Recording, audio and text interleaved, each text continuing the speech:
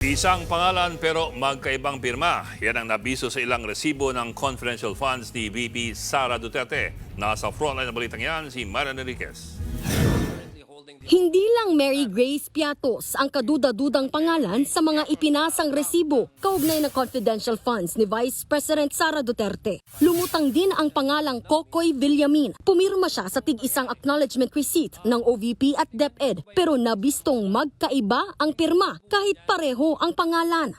I think this is just the tip of the iceberg, Mr. Chair. If we go deeper into this, mukhang widespread po ang nangyaring pag-aabuso sa pondo po ng ating gobyerno. Pero hindi lang yan. Mayroon ding nagngangalang Edward Fajarda, isang Special Disbursing Officer o SDO, na nagawang ipamahagi ang milyon-milyong pisong confidential funds ng DepEd sa 26 na magkakaibang lugar sa loob lang ng isang araw. Tanging SDO lang ang otorisadong mamahagi ng confidential funds at tumanggap ng acknowledgement receipts. Let's give him a helicopter. I don't think he'll do that in one day. Matagal nang kini-question ng Kamara kung paano ginastos ng OVP ang 125 million pesos na confidential funds sa loob lang ng 11 araw. Sabi noon ni VP Sara, walang mali sa paggamit nila ng pondo. Hindi nadadalo sa hearing ang bise.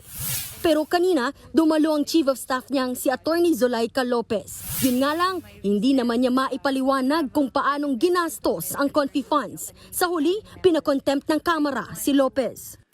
Nagisa naman ni Antipolo Representative Romeo Acop ang isang opisyal ng finance ng OVP. Bakit daw pinilit at inapura ang pag-liquidate sa pondo? Something must be wrong somewhere. Sa tingin po ninyo, being with finance, normal ba na gamitin yung 125 million in 11 days? Mr. Chair, Yes or no? that would depend, Mr. Chair, on the nature of the transactions. In the government, there are transactions which exceed that amount and the payment, In the office of the OVP, anong transaction na ganun?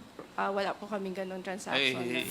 Pinakontempt naman ulit ang Assistant Chief of Staff ni VP Sara na si Asek Lemuel Ortonio na kasama sa 4 na unang pinakontempt dati ng komite. Sumulat kasi siya na alisin ang contempt at arrest order sa kanya para makadalo siya sa pagdinig.